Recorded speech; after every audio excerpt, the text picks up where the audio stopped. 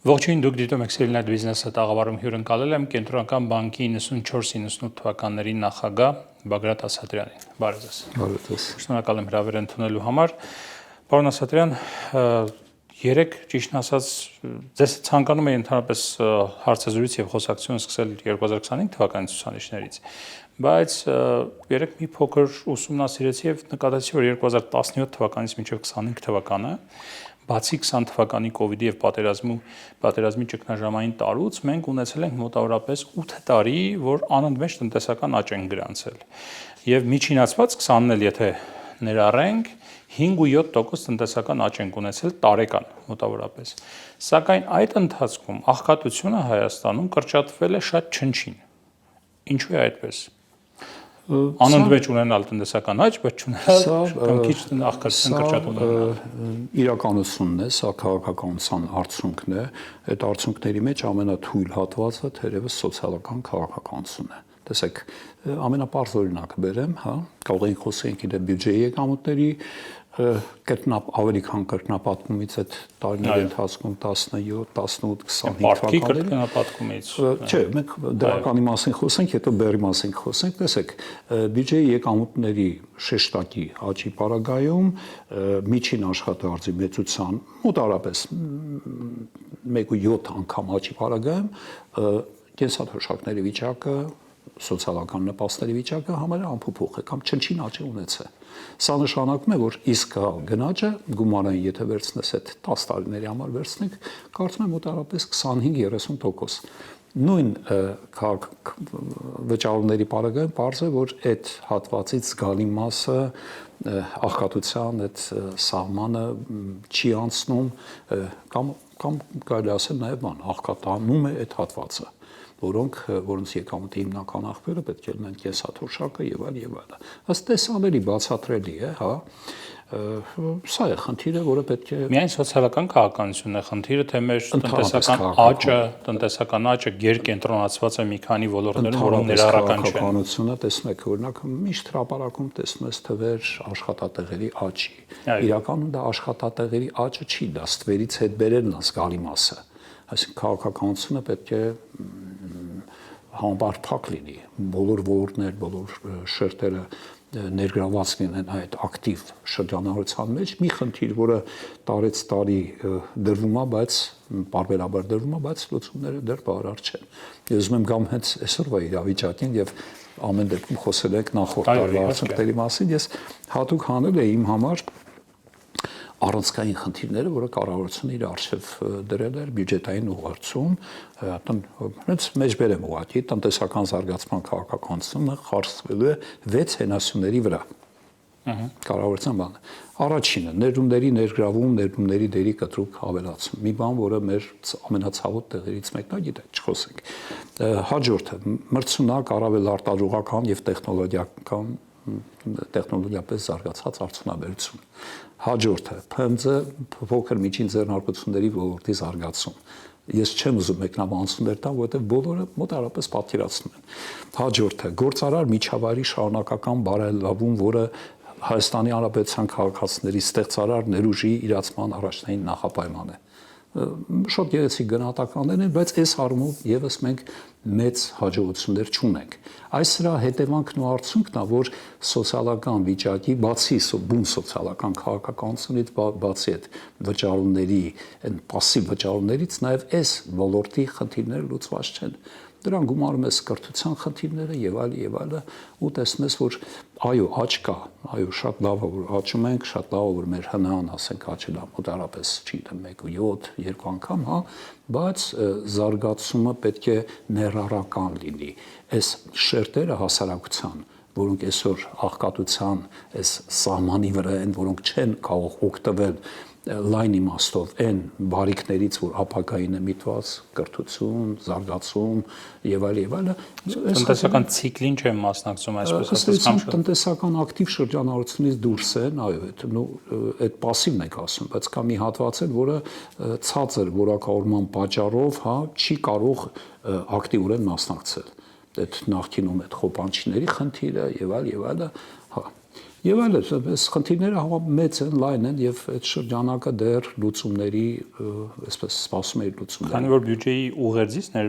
մեջբերումներ արեցիք, օրինակ ներդրումների ներգրավման առումով, ձեզ իշխանությունից կարող են հակադարձել այն մասով, որ օրինակ խաղաղության գործընթացը Ադրբեջանի հետ խաղաղության գործընթացի համատեքստում Ամերիկայի հետ պայմանավորվածությունները կլինի TRIP, կլինի նոր գերհամակարգչային կենտրոն, չգիտեմ, նոր ատոմակայան եւ այլն, այսինքն ակնկալիք մեծ ներդրումների ակնկալիք կա։ Արդյոք դուք իրատեսական եք համարում այդ ներդրումները Հայաստանում։ Որոշ մասով այո, որոշ մասով ոչ, օրինակ ամեն դեպքում տեսեք process-ներ գնում են իհարկե, ինչ որ սպասումներ կան։ Ուղղակի այստեղ համաչափության խնդիրն է։ Արդյոք այս լուծումները այն որ հրապարակում կան համապատասխանում են մեր այսօրվա Հայաստանի Հանրապետության այսօրվա պահանջներին։ Արդյոք կհանգեցնեն այն լուծումներին, որոնք եւ ապահովելու են երկրի զարգացումը։ Այս իմաստով մենք պետք է վերադառնանք խոսենք տնտեսական աճի որակի մասին եւ այս գործոնների դերի մասին։ Այս շատ լավ է, որ ինչ որ մարդիկ ուզում են այս նախագծերը կա, կա, ես քաղաքական բովանդակությունից հրաժարվելու պարագայում ես անգամ կողջունեի այդ TRIP, այսինքն բանը Հայաստանը բացվելու երևույթը ես կողջունեի, թե ինչպիսին արինելու, ոնց արինելու ես էլ չեմ պատերացնում, վախենում եմ, որ շատերը չեն պատերացնում, այն մարդիկ, որոնք վճռներ են կայացնում, իրենք եւս չեն պատերացնում դրա զարգացումը, հեռանկարները, հնարավորությունները եւ այլն, բայց ամեն դեպքում ես ընդհանրապես շոշափելով գնում են։ Այո, ես մի քիչ ավելի վատ եմ այդ խնդրին վերաբերում, պարտադրված լուծում է, բայց պարտադրված անհրաժեշտ լուծում է, որի այլընտրանքը շատ ավելի վատներ չլինելու պարագայում ես մի առիթով ասել եմ, իմանալ եմ այդ մտքին, բաներ, ռազմական գործողությունները այն ինչ որ Ադրբեջանը արել էր, փաստորեն այս պահանջ դրեց եւ պայմաններ դրեց, որ այլ լուծում մենք չունենք։ Այլ ընտրանքը կրկնում եմ, այն ջերմուկի վերևի այդ բարձունքները հենց այնպես չէին։ Մի հատ քարտեզի վրա նայեք, այնտեղ ամենակարճ ճանապարհներ դեպի Նախճիվան։ Եւ այս լուծումից, այս զարգացումից խուսափելու համար մենք այո ստիպված գնացել ենք այս լուծմանը։ Եվ չմոռանանք, որ մենք տանուլ ենք տվել այդ մրցակցությունը, պատերազմ ենք պարտվել եւ միջև վերջ մենք չենք ուզում գնահատենք այդ իրողությունը։ Այս են իրողությունները, այս իրողություններից մենք պետք է դուրս գանք։ Եվ այս պարագայում ես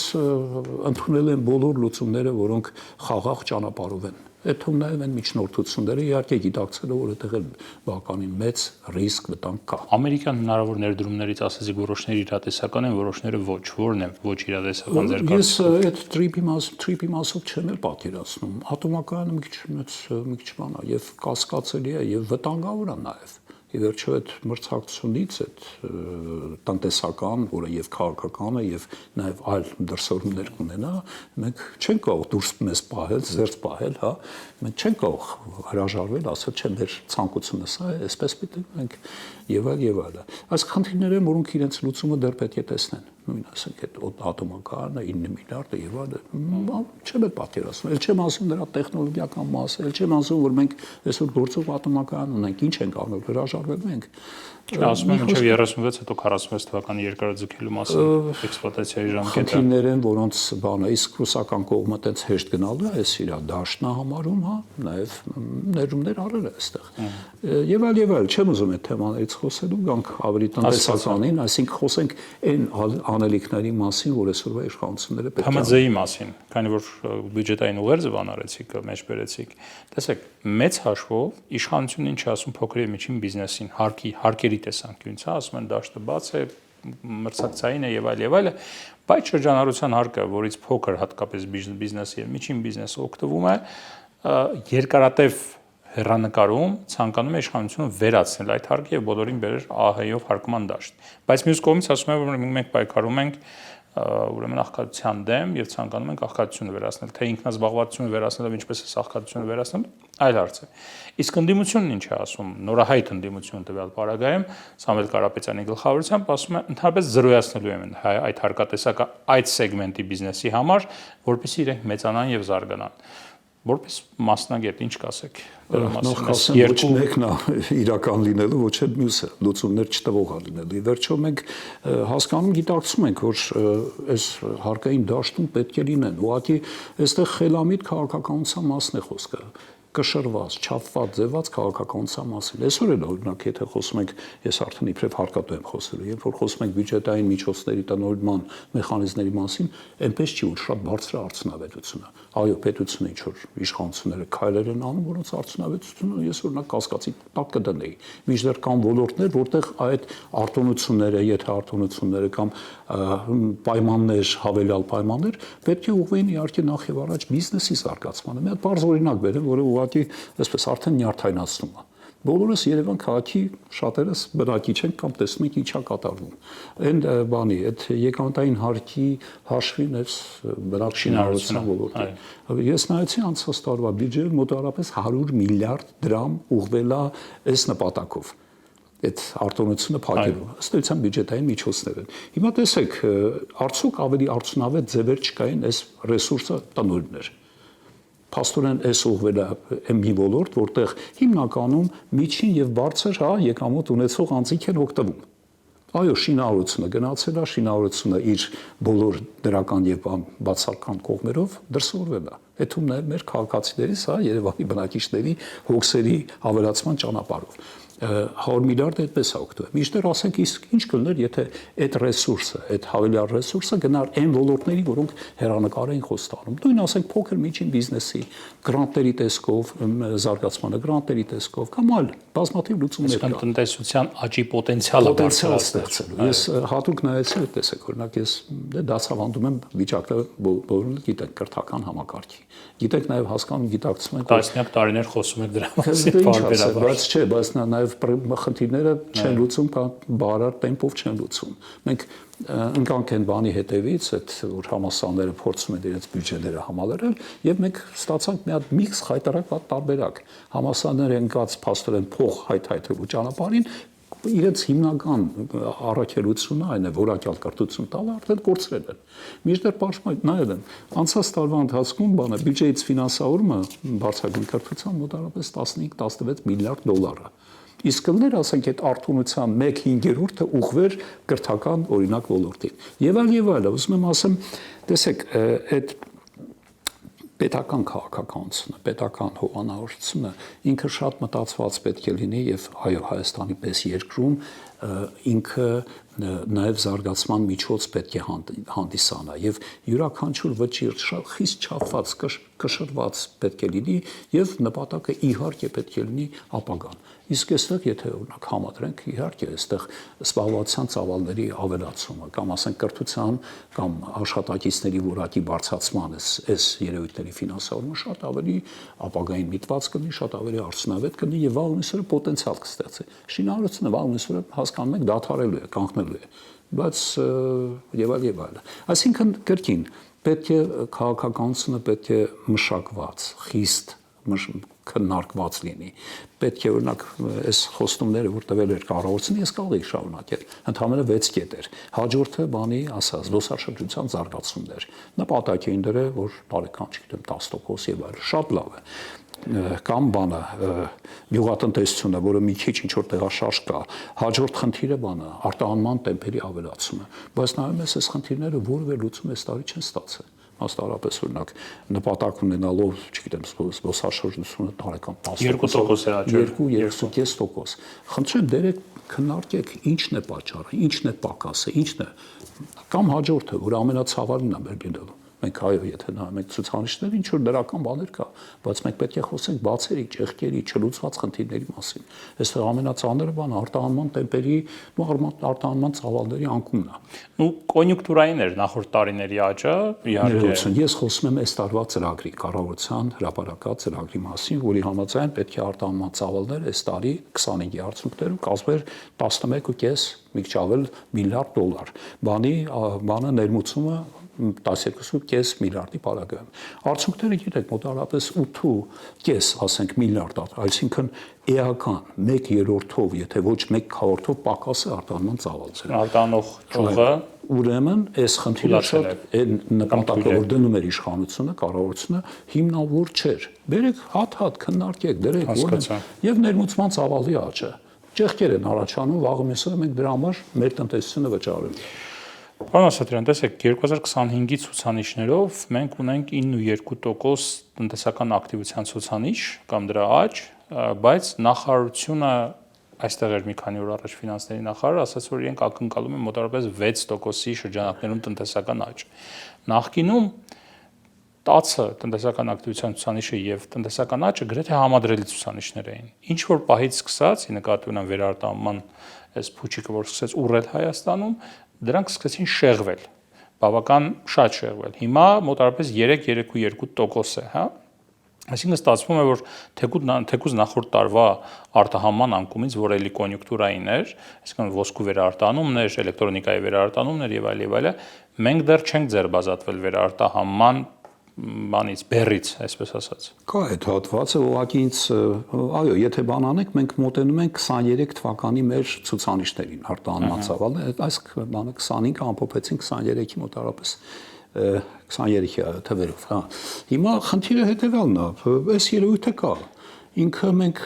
հետո բանը, սա ցուցանիշներ են, որ այդտեղ ես խնդրեմ չեմ տեսնում։ Ակնհայտ է, որ այս պարագայում, երբ որ գործոններ են, որոնք չեն նպաստում էական աճի, հնայի, հա, իրենք չեն ուղղակի ազդեցություն, նույն չափով ազդեցություն չեն կարող ունենալ նաև տնտեսական աճի ցուցանիշի վրա։ Կարծում եմ գնահատականը, որ տվել էր ասիկ, հա, 6%, ես ավելի մեծ սպասումներ ունեմ, մինչև 6.5% աճի պոտենցիալը տեսանելի է, որ այդ մակարդակի հասնելու ենք, բայց սա պետք է դնել համապարփակ քննարկել էլի, ոչ թե օգյորվել, որ տնտեսական ակտիվության ցուցանիշը նախորդ տարվան գերազանցեց եսի այսքանով, այլ դնել բովանդակության մեջ մտնել, որովհետև տեսեք,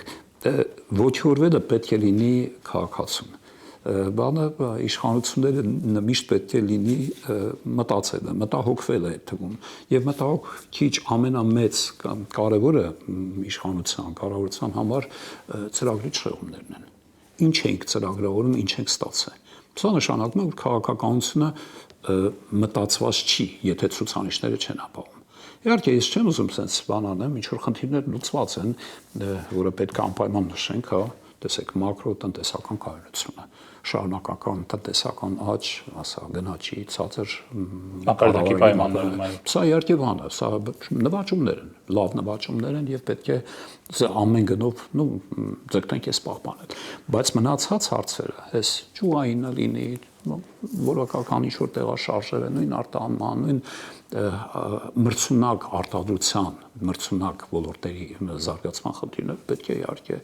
առաջնահերթություն դառնան եւ այս բաց թողումները այս տեսանկյունից պետք է քննարկեն առաջիկայի համար լուծումներ տալու համար, անկախ նրանից թե ով է իշխանությունը։ Ես հասկանում եմ 26 թվականը մի քիչ բարդ տարի է, քաղաքական տարի է եւ այստեղ ընդդիմությունը իր այդ հայտարարություններն անելու իհարկե սոցիալական հատվածը ամենակարևորներից է, ինչը բոլորին հարկերից ազատ ենք։ Ախպեր ջան, որ ազատ ես, բա վաղը մեզ ոնց ես, որտեղից ես հարկ հավաքելու։ Հարկը հավաքումը ինքը մշակույթ է։ Չէ, փոքր եւ միջին բիզնեսն են ասում, որ 2% է ապահովում հարկային մուտքերի։ Խնդիր չի։ 2-3։ Այստեղ ես իմ համոզմունքը այն է, որ երբեք 0 հարկ չպետք է լինի։ Դու կարող ես արտոնություններ կիրառել, դու կարող ես խրախուսման այլ միջոցներ, այլ ձևեր կիրառել, դա ավելի խելամիտ է, քան ընդհանրապես հարկային դաշտից դուրս բերելը, որովհետև հետ բերելը շատ ավելի դժվար է լինելու։ Սա մշակույթ է։ Նույնը իշխանությունները, լավ, ինչ է եղել, այսօր ինչ խնդիր եք լուծելու։ Իշխանությունները միշտ մի հատ ցավոտ տեղ ունեն, հիվանդագին տեղ ունեն այդ ֆիսկալ խնդիրների առաջնահերթություն տալն է, բայց ֆիսկալը չպետք է գերապատվել լինի։ Դուք ֆիսկալ ոլորտից եք, դրա համար չէ, ես պարտավորություններ ունեն, այսինքն արտաքին պարտ պետք է փակեն, սոցիալական պարտավորություններ ունեն։ Չէ, ես չեմ ասում բերեք հրաժարվենք եւ այլն, ես ասում եմ մտածված համաչափ, այս տարվա օրինակը բերեմ, իդեպ 25 թվականի օրինակը։ Ինչ ունեցանք մենք բյուջե նախնական ցուցանիշները, եկամուտների հավելյալ հավաքագրում փոքր, բայց ինչ որ 2%-ով խնդիր չի։ Ծրագիրը լուծվել է, անգամ բան ունենք ծախսերի թերակատարում։ Ինքը այս երևույթը իհարկե դա մեր տնտեսության հիվանդություններից է, հիմնականում կապիտալ ծախսեր եւ այլն, բայց ես դրա մասին չեմ խոսում։ Մենք ճեղքվածքի դեֆիցիտի ավելի փոքր մակարդակ ունենք, քան ծրագրավորվածը, բայց այդ պարագայում արտաքին պարտքը աճել է բավականին բարձր տեմպով։ ընդ որում արտաքին բանը պետական պարտք է, արտաքին ներքին, հա, էական չի, հա։ Պարտքի աճի տեմպը ավելի բարձր է, քան տնտեսության աճի տեմպերը։ Սա չպետք է լիներ։ Այն պարագայում, որ դու ծախսերը չես արել, ընդ որում կապիտալ ծախսերը չես արել, հիմնարար ծախսերը չես արել։ Աճի պոտենցիալ դու գանելով, եթե ծախսը չես արել։ Այո, զրկվել ես աճի հնարավորությունից, բայց բանը պարտք ավելացնում ես։ Այս անհամամասնություններն են, որ պետք է թույլ չտա իշխանությունը։ Դա է տնտեսության գլխավոր, այսինքն տնտեսական քաղաքականության գլխավոր խնդիրը Հայաստանի իշխանության։ Չէ, մեր խնդիրներն այնքան շատ են։ Տեսեք, մենք աճում ենք, իհարկե աճում ենք, բայց մենք չենք զարգանում։ Եթե խոսում ենք խնդիրների մասին, վերեք խոսենք կառուցվածքի մասին։ Իհարկե, այստեղ էլ ինչ-որ դրական բաներ կա, ես չեմ ուզում ասել, որ ամեն ինչ վատ է։ Տեսեք, այս քաղաքական հատվածը ինչ չի դառնում որևէ կերպ։ Այսօր իշխանությունը, էսա է, վաղը այնա, մենք պետք է լայն մտածենք մեր տնտեսության մասին, տնտեսության զարգացման պոտենցիալի մասին, որովհետև հայտնի արդեն այսքան վայրի վերումներով անցել ենք, իրար փոխարինել են իշխանությունները բաները, սա սևը եկել է, սպիտակը փոխել է եւ այլ, բայց տնտեսական աճի մեր մոտեցումները, մեր քաղաքականության սկզբունքները, հիմնարար սկզբունքները անփոփոխ են եղել։ Այստեղ արդյունավետության մասին պետք է խոսենք եւ այդ արդյունավետությունը բարձրացնելու մասին պետք է խոսենք։ Եվ այստեղ իհարկե շատ անելիքներ կա։ Օրինակ, որ խոսում ենք ֆիսկալի մասին, ես գտնում եմ, որ մեր երկրում մենք այս ոլորտում բավականին բարձր հաջողության հասել ենք։ Մակարդակը ֆիսկալ կարգապահությունի նկատի ունեք, կայունություն կարգապահություն։ Այո, այս լայն իմաստով, այդ գլոբալ իմաստով արդեն հավասարակշռված եսի ինչ-որ բան է։ Եթե այդ գերապատվությունը ֆիսկալ ոլորտի խնդիրների բանից հրապարակից իշխանությունները կարող են հանեն եւ ավելի զուսպ վերաբերվեն այս խնդիրներին, նույն հարկահավաքման, այս զուսպ ասած օրենքի շրջանակներում, չափավոր ծրագրավորվածի շրջանում մենք ավելի շահեկան վիճակում կգտնենք։ Դες մի մասն է, մի հատվածն է։ Երկրորդ հատվածը հենց եթե խոսում ենք բանը, այդ հարկաբյուջետային, իհարկե քաղաքական բյուջետային կամ քաղաքականության մասն է խոսքը, այստեղ էլ պետք է խիստ մտածված։ Այդ օրինակը ինձ իսկապես հուզում է։ Այդ որ մենք մեր հասարակությունը, մեր բյուջեն վճարում է հարուստներին արտոնություն է տալի, իդեմս այդ բնակ շինարարության այդ բանի հատուցումները։ Բայց այդ մարդիկ իրենց հարկից են վճարում, այնպես չի որ կներեք բյուջեից է վճարվում դա, չվճարված հարկերը։ Նկատի ունեմ ընդհանուր հասարակությունը չի վճարում, կոնկրետ անձը իր հարկը հետ է վերադառնում։ Կենտրոնապես հասարակությունն է վճարում։ Բյուջեն պետք է ունենալ այդ եկամուտը, մենք սա մեր բյուջեն է, մեր պետության, մեր հասարակության է, եւ ինչ որ մի մասը գնում է այլ նպատակներով։ Պետական հովանավորություն, պետական քաղաքականություն, տնտեսական եւ ֆինանսավորում ինչ որ բաներ պետք է լինի, ես ասում եմ, պետք է խիստ խելամիտ պետք է լինի, շատ չափված պետք է լինի, բայց ամեն դեպքում սա բյուջետային միջոցների տնտեսական եղանակներից է։ Արտոնությունը որ տրվում է, սա բյուջեից ուղղակի չէ, անուղղակի վճարում համար է։ Ուղղակի դրա հետ մեկտեղ պետք է շղթայական լինի, ոչ թե մի անգամ արտոնություն տանք, այսինքն արտոնությանը տալու քաղաքականություն վարենք կոնկրետ շինարարության ոլորտը ավելի դինամիկ եւ զարգացած դարձնելու համար, զարգացող կամ թե որ դրա հետ մեկտեղ պետք է մտածենք նրա մասին, որ դրան զուգահեռ հիմնվեն արտադրություններ շինանյութերի Հայաստանում, դրան զուգահեռ հիմնվեն այդ էկոհամակարգը եւ օրինակ ասի, ասում եմ ներմուծումը չզարգանա։ Այստեղ ծախսարը, մեր հասարակությունն արը, ով է վճարը, ով չի վճարը, դա էական չի, դա հասարակական միջոցներն, հա։ Այդ 100 միլիարդից մի ինչ ասեմ 20%-ը ուղղի բարձրագույն կրթությանը եւ ժամանակի ընթացքում մեծ էֆեկտ կունենան կամ ասենք բանը տնտեսության ինչ-որ ոլորտների զարգացմանը խոսքը դրա մասին է էլի հասկացա գալով բանկային համակարգին քանի որ 4 տարի մոտավորապես ղեկավարել եք այդ համակարգը եւ հիմա էլ ինչ որ առումով այդ համակարգում եք գտնվում տեսեք բանկերը հատկապես 2022 թվականից այս կողմ ված չեն զգում իրենց բավական լավ են զգում զուտ եկամուտների տեսանկյունից շահույթի տեսանկյունից տարեկան մոտավորապես 17-ից 20% շահույթ են արձանագրում մեծ բանկերը ավելի շատ փոքր բանկերը ավելի քիչ բայց այնուամենայնիվ համամասնորեն գնում է բոլորը շահույթ են արձանագրում մի քիչ շատ մի քիչ բայց դրան զուգահեռ մենք տեսնում ենք տարեկան ամեն տարի տարվա սկզբին բանկերից պարբերաբար ինքս որպես հաճախորդ նաև ստանում եմ տարիֆների սակագների դեպի վերև բարձրացման հաղորդագրություններ ինձ հետաքրքիր է ախորժակը որքան կարող է լինել այդ համակարգի մի կողմ անսահման է եւ այստեղ եկեք բարձ խոսենք, հա, Մենք մի քիչ շատ պարզունակ եմ հարցը տալիս, բայց շատ տեղին է, միշտ պարզունակ հարցերի պատասխանը ամենադժվար հարցն է, այդ բարդ հարցերն են, որ կարելի է միամիտ տացնել եւ այլը։ Չէ, հարցը միանգամայն տեղին է, պատասխանը այստեղ իմ կարծիքով հետեւյալն է։ Մենք այո, ազատական դաշտ ունենք, բայց մրցակցային չի մեր դաշտը։ Փոքր դաշտ է, փոքր դաշտի կանոնները մի քիչ ուրիշ են։ Այստեղ ես ուրիշ խնդիրներ եմ տեսնում, ձերից տակ են այդ թվերը, տեսեք, այս պատերազմից ի վեր ուկրաինական, հա, 22-25 թվականների միջին տարեկան բանկային համակարգի կապիտալի աճը, այսինքն նաև այստեղ զգալի մասը հենց բանը շահութաբերության աճն է, միջին տարեկանը 20%։ Սա ֆանտաստիկ բարձր թիվ է։ Ակտիվներ եւ այլ եւս աճի տեմպերը այո այսպիսին են, բայց այս պարագայում ես մի մտավախություն ունեմ։ Բանկային համակարգը դեր ակտիվ աճի ոլորտում է, դեր տաքացված վիճակում է եւ բանկերը նաև ուզում են իրենց եկամուտի աղբյուրները ավելի ամրապնդել, իսկ ամրապնդման հիմնական ձևը այդ ասեք սակագներն են։ Այո։ Այս խնդիրն է, մանավանդ դրա համար որոշակի նախադրյալներ ձևավորվեցին, գաղտնիք չի, որ այստեղ զգալի մասը, այս աճի, եկամուտների աճի զգալի մասը պայմանավորված էր արտաքին, այսպես ընդհանուր ասեմ, ֆինանսական հոսքի եւ այդ սակագների բարձրացման։ Հիմա բանկերը ցավալի է, բայց պետք է արձանագրենք, որ այդ քաղաքականությունը տարածում է նաև ներքին շուկայի վրա։ Էլ չեմ ասում, այստեղ մի խնդիրներ ունենք, տեսեք,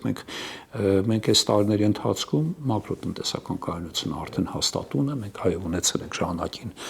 գնաճ բարձր, վերջի թիվը բարձր գնաճային 88 թիվներ,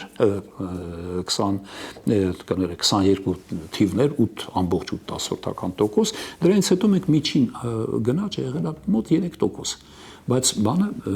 տոկոսարույքը վերաֆինանսավորման իհարկե նվազել է, բայց բանկային տոկոսը, վարկերի միջին գինը չի նվազել, աճել է։ Այստեղ էլի գալիս է այդ ոչ բարար մրցակցային, իհարկե կան ինստիտուցիոնալ խնդիրներ, անընդհատ խոսում ենք, չգիտեմ, դատական համակարգ, սեփականության իրավունքի պաշտպանություն, պարտավորությունների կատարման մեխանիզմների ոչ կատարյալ լինելը, բայց այս խնդիրը կա։ Այստեղ ոչ լիարժեք մրցակցային պայմանների առկայությունն է, որտեղ իմ կարծիքով կենտրոնական բանկը անելիք ունի կարգավորման այդ լծակներ, հնարավորություններ կան, մեր օրենսդրությունը բավականին մեծ հնարավորություններ է տալիս։ Կենտրոնական բանկը ասում է ազատ դաշտում են գործում, այսինքն ես չեմ կարող իրենց տոկոսներ սահմանել։ Ինչպես պետք է ազդի կենտրոնական բանկը։ Տոկոս սահմանելը այդ անգամ այդ իրանք ունի կենտրոնական բանկը, տոկոս սահմանելը իհարկե դա շատ կոպիտ միջոց է, մենք ժամանակին կիրառել ենք, հասկանում ենք, որ սա սարսափելի բան էր։ Խնդիրը դա չի։ Խնդիրը այդ ճեղքերի լրացումն է։ Ես պնդում եմ, կրկնում եմ, որ լիարժեք մրցակցային պայմաններ, մրցակցային դաշտ բանկային համակարգում չկա։ 6.5%-ը, եթե չեմ սխալվում, կամ 6.5%-ը վերաֆինանսավորման տոկոսադրույքի, եւ եթե մենք դրան ֆոնին ունենք օրինակ սպառողական վարկեր 17-18% կամ 20%-ի շրջանակներում, եթե մենք ունենք հիփոթեք 12-13%-ի շրջանակներում, դա աննորմալ է։ Աննորմալ է նա, որ տոկոսադրույքը իջնում է, վերաֆինանսավորումը բանկային տոկոսը աճում է։ Այդ տարբերությունը չի նվազել դրան զուգահեռ աճել է, այս վերջի 2-3 տարիների ընթացքում ես հետևում եմ հաստատ չի նվազել, հա, իմ կարծիքով աճել է։ Կոնկրետ որպես հիփոթեք ունեցող մարդ եմ ասում, մի փոքր նվազել է, կոնկրետ իմ մասով կարող եմ ասել։ Բայց գնացեք մի հատ սպառողական շուկա, տեսնեք այնտեղ դեր չէ, հա, կարող են նորերը, որ տրվում են, բարձր տոկոսով։ Հիփոթեկան չէ, պայմանները կոնկրետ առիթներով, հանգամանքներով պայմանավորված, չգիտեմ, ձեր բարձրացությամբ եւ այլն, խնդիր չի։ Ես չեմ ասում, որ բոլորին է դա վերաբերում։ Ես ասում եմ բանկային տոկոս հասկացողությունը կա, նո գոնե ֆորմալ տոկոսը անփոփոխ է 12 եղել է, 12 մնացել է արդեն քանի 15 տարի։ Հա, խոսքը նրա մասին է, որ այստեղ լրացիչ ջանքեր պետք է դրվեն, որովհետև ամեն դեպքում ես հետևում եմ համակարգին, նույն ասենք այդ սակագների խնդիրը։ Այստեղ կներեք իմ կարծիքով ոչ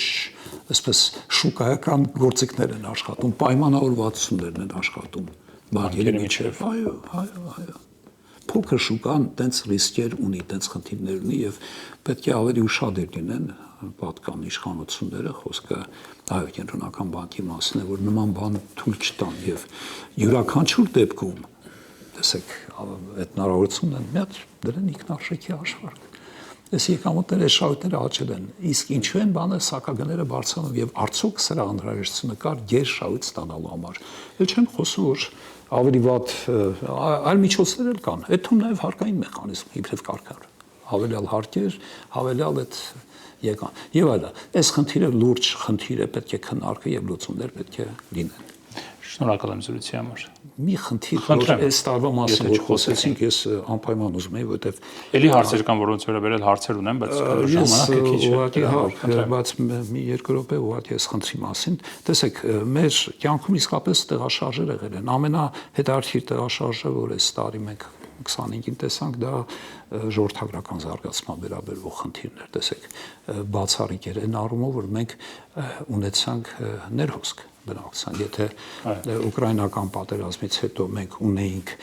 բալանսով ունեինք ներհոսք բայց Հայաստանի քաղաքացիների արտահոսք ունեինք հա այս 25-ին սա դրական տեսք ստացավ այս Հայաստանի քաղաքացիների եւս մասով ունենք ներհոսք բայց այս հատուկ եմ ընդգծում որովհետեւ կարծում եմ առանցքային խնդիրներից մեկն է մեր երկրի զարգացման սրա ներքո մի խնդիր ունենք որ վերջի 20 քանի տարիների ընթացքում այս 25-ը մենք ամփոփեցինք ծնելիության ամենացածր ցուցանիշով եւ բացարձակ թվով եւ հարաբերական ցուցանիշով բնականաբար ընդ որում երևույթը պայմանավորվեց մի շարք հանգամանքներով զուտ ժողովրդագրական առումով իհարկե ամուսնությունների թվի նվազում, էական նվազում եւ այլ խնդիրներ, որոնք պետք է, տեսեք, մենք պետք է լայն ավելի մտածենք։ Մենք ոչ թե ասենք նախապատվությունը այս խնդիրներին տալով, չգիտեմ, գնանք այստեղ զարգացնենք, գիտեմ, անհամամասնորեն զարգացնենք։ Նույն ասենք շինարարությունը նայում ես 20% աճ է։ Բնակ շինարարության։ Դե տնտեսության հիմնական դրայվերներից է, որ նայում ես ծառայությունները նվազում են, չգիտեմ, մյուսները նվազում, միայն շինարարությունը աճում է։ Իմ կարծիքով չէ։ Այսինքն ում լարցնես կասին չէ։ Սա ընդհանրապես աճա, որը շատ կարճատև է եւ որի հետևանքները չի ասի որ շատ դրական ազդեցություն կունենան։ Եվ այլ իհարկե բազմաթիվ խնդիրներ, կարծում եմ շատ ավելի լուրջ պետք է վերաբերվել, չպետք է ողջորվել։ Լավ է որ մենք աճում ենք, բայց եկեք հասկանանք, որ մենք այս միջավայրում ենք գտնվում, որտեղ այս խնդիրները լուծված չեն։ Կամ ասենք նայենք մեր կողքը ինչա կատարում։ Վրաստանի արդեն քանի տարի է աճի տեմպերը շատ ավելի բարձր են։ Երեք մի հատ դնենք վերլուծենք։ Վրաստանը ասում, բայց ավելի են լայնենք միջին ասիական պետությունները, ընդորում ոչ միայն փոքր տնտեսությունները, Ղազախստանի տնտեսության աճի տեմպերը նայեք, մեր օրինակները դա պետք է լինեն, ոչ թե ասենք, այս ինչ լավ է, սենց է, եւ կրկին ծրագրային ցուցանիշներ։ Մենք ունեինք նպատակ, հա, միջին ժամկետ զարգացման ծրագրով 7 մոտավորապես 7% աճ։ Արդյոք այս նպատակը իրագործվել է։ Ընդհանրում պետք է նայել 7-ից 9% նորմալ պայմաններում 7%, բարենպաստ պայմաններում 9%։ Թվերը դրա մասին է խոսում եւ այսօր պետք է շատ լուրջ իշխանություններին է սա վերաբերվում։ Սա նույնիսկ կոչ է նստեք, մտածեք։ Իշխանությունը Պողոսնա, Պետրոսնա, էական չէ, խնդիրները մնալու են, ասա Նիկոլինի, Նիկոլ չլինի, բանը այս խնդիրները մեր երկրի խնդիրներ, տնտեսական խնդիրներ են, իսկ Հայաստանը ոտքի կարող է կանգնել միայն տնտեսական, այսպես նորմալ աճի պայմաններում։ Այս մրցակցությունը ոչ մեկը չի վերացրել, այս հարավային Կովկասում մենք ամենափոքր տնտեսությունն ենք, որը մեր այսպես բարեկամ դառնող հակառակորդը մոտավորապես Ադրբեջան 3 անգամ է երազանցում։ Ավելի կարելի է ասել, մենք Վրաստանը Ադրբեջան չենք մեր ծավալային ցուցանիշներով եւ սա շատ լուրջ խնդիր է այդ անհավասարությունները եւ կբերեն կհանգեցնեն այն լուծումների, որից մենք չենք օգտվում։ Ես չեմ ուզում տրիփի մասին խոսել, հուսանք որ կշրջանցենք, բայց սենց է։ Շնորհակալություն։ Ձեզ շնորհակալություն։ Civil and Business տաղավարում ես զրուցեցի Բագրատ Ասատրյանի հետ։ Առողջ եղեք։ Կհանդիպենք։